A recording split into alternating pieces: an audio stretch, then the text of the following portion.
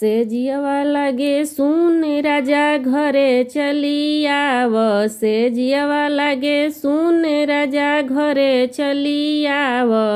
पहिला ही लेटर लिखी सासू पे ठावे। पहिला ही लेटर लिखी सासू पे ठावे।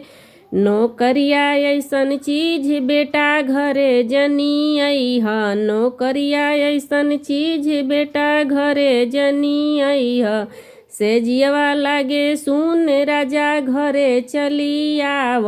से जियवा लागे सुन राजा घरे चली आव। दूसरा ही लेटर जेठानी जी भेजे। दूसरा ही लेटर जेठानी जी भेजे। नौकरिया ऐसन चीज देवर घरे जनी अइह। नौकरिया ऐसन चीज देवर घरे जनी अइह। से जियवा लागे सुन राजा घरे चली आव। से जियवा लागे सुन राजा घरे चली आव। तीसरा ही लेटर ननद भेजे। तीसरा ही लेटर ननद भेजे। नौकरिया ऐसन चीज भैया घरे जनी अइह।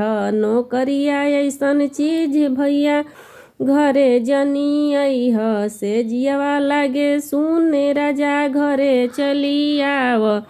से जियवा लागे सुन राजा घरे चली आव। चौथा ही लेटर खुदे हमें भेजे। चौथा ही लेटर खुदे हम भेजे।